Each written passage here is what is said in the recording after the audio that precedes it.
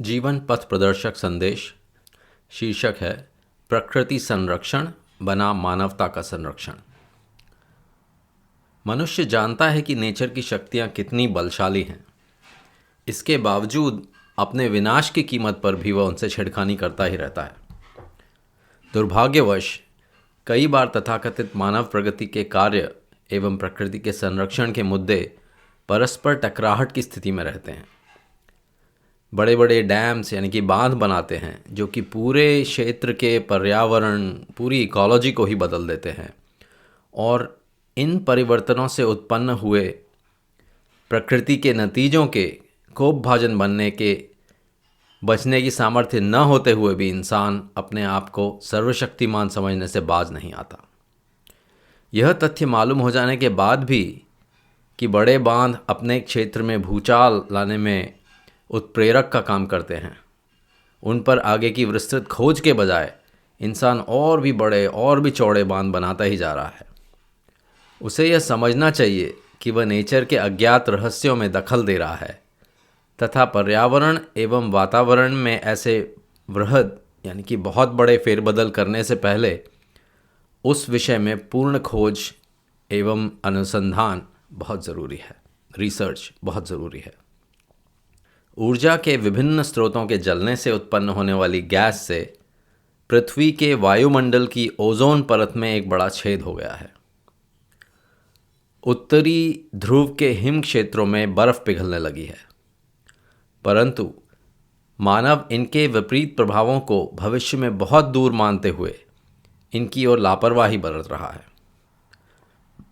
कुछ देश इस बाबत मिलकर हो हल्ला अवश्य मचा रहे हैं, परंतु विकसित अमीर देश अपनी स्वार्थपरता के चलते अपने ऐशो आराम वाले जीवन में कोई कमी करने को तैयार नहीं है और इन ऊर्जा स्रोतों को बेतहाशा फूंक रहे हैं।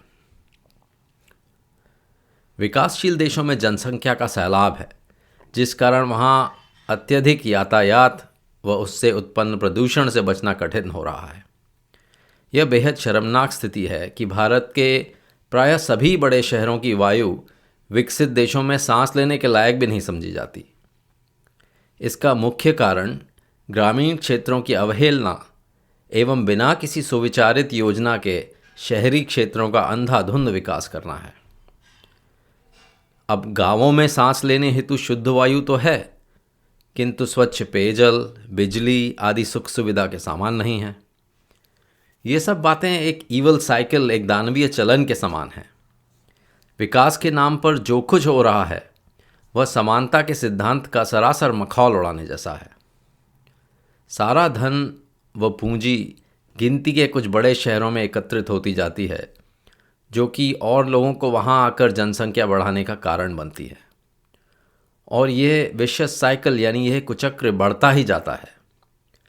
परिणाम यह है कि एक ओर तो अत्यंत विकसित, सुविधायुक्त किंतु घुटन और भीड़ से भरे शहर हैं, तो दूसरी ओर अविकसित एवं असुविधायुक्त विशाल ग्रामीण क्षेत्र हैं। यही कहानी प्रायः जंगलों के सफाये की भी है। मानव ने प्रकृति पर होने वाले इसके दूरगामी परिणामों की बाबत कभी भी विचार नहीं किया। वनों की अंधाधुंध कटाई चालू रही और पृथ्वी की मिट्टी का यह अत्यावश्यक आवरण उघड़ता रहा। इससे कई प्रजातियों का विनाश हो गया।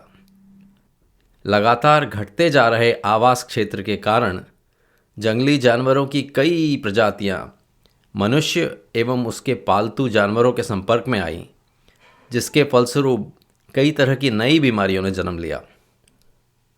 आखिर कहीं तो इस पागलपन की हद होनी चाहिए। यह केवल कुछ प्रकृति संरक्षणवादियों का सरोकार न होकर मानव मात्र के जीवन मरण का क्वेश्चन हो गया है, प्रश्न हो गया है। अपने अहंकार के वशीभूत मानव इसका महत्व समझने को तैयार ही नहीं है। अब यूरोप वालों को ही देखो, मैड काउ डिजीज से डरे हुए हैं। चौपायों पर कितना जुल्म ढाया जा रहा है।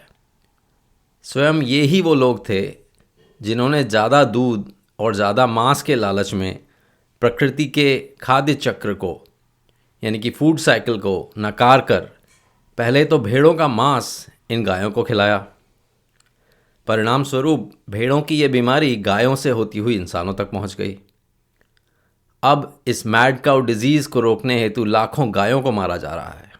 उफ, कितना दुखद है यह सब।